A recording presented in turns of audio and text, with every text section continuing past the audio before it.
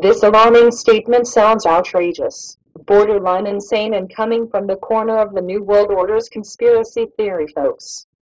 However, it is not the case. The man expressing the idea is Konstantin Sitkov. He is Russian and the vice president of the Academy for Geopolitical Issues.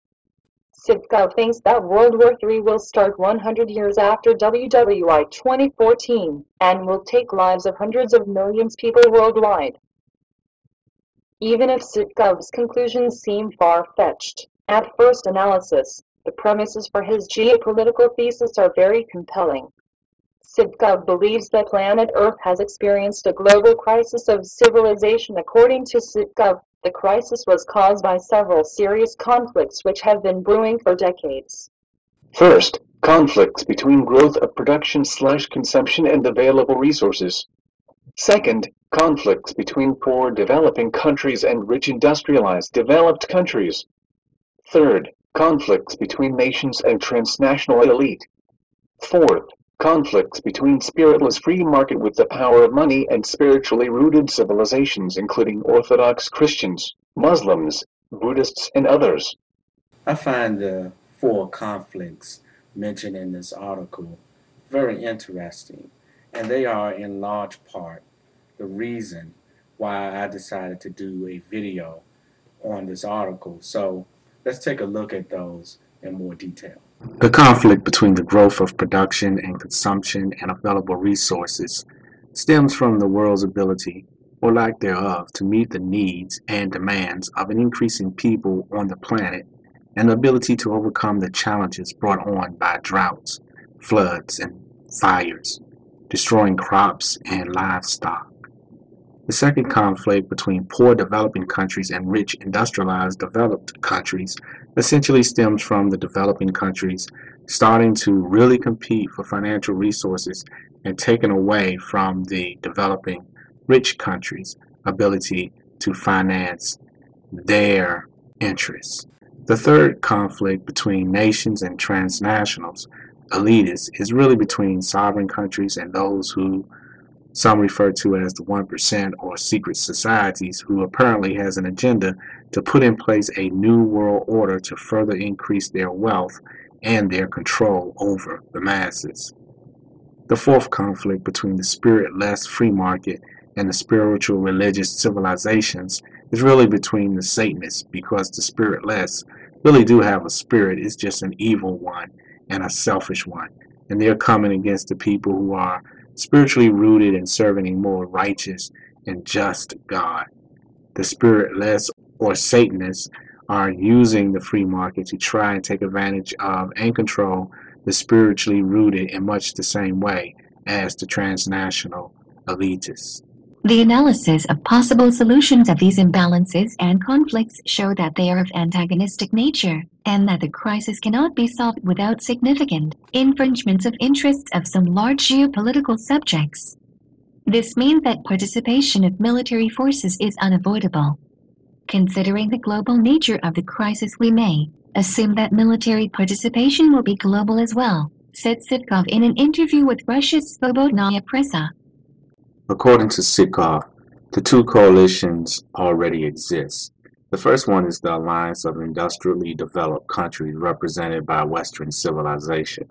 The spiritual foundations of this coalition are based on individualism and material possessions generated by the power of money. This coalition, military and political core, is represented by NATO. The second coalition involves countries of Orthodox, Islamic, and other civilizations based on the denomination of spirituality or materiality. This coalition is interested in a multipolar world order, but these countries have not realized yet that they have mutual geopolitical interests. Sitkov thinks that the multipolar coalition could have ultimately the upper hand. The countries that are not a part of Western civilization are not ready for military confrontation, neither in terms of organization nor technical preparedness. On the other hand, this coalition has an overwhelming majority of people in control over ample natural resources and territories. This greatly increased their chances to win a long war, said Sitkov. History shows that the elite of selfish civilizations do not get stopped by human sacrifices if there is a guarantee they themselves will survive in bunkers. The analysis shows that if the New World War is waged, it will touch the majority of the world population. Total demographic losses may exceed several hundred millions of people worldwide. Therefore, all honest people on Earth, including those who form the selfish coalition, must do everything they can not to allow it to happen. To do this, we have to mitigate with the force of law and other methods the greed of transnational and national tycoons of the financial sector. We have to stop their ambitious, greedy, shameless and sometimes stupid politicians. This can only be done based on broad international collaboration efforts. In my opinion, the war is inevitable because the selfishness, greed, and the love of money, which is the root of all evil, is too pervasive. There has been too great a falling away from God the Creator, just as the Bible predicts in the book of Revelation. Consequently, there's a severe lack of love in the world, and the world cannot survive with a every man for itself spirit and mentality. It will only self-destruct. The Bible says in Matthew 24:20-22, "But pray ye that your flight be not in the winter, neither on the Sabbath day. For then shall be great tribulation, such as was not since the beginning of the world to this time, nor ever shall be.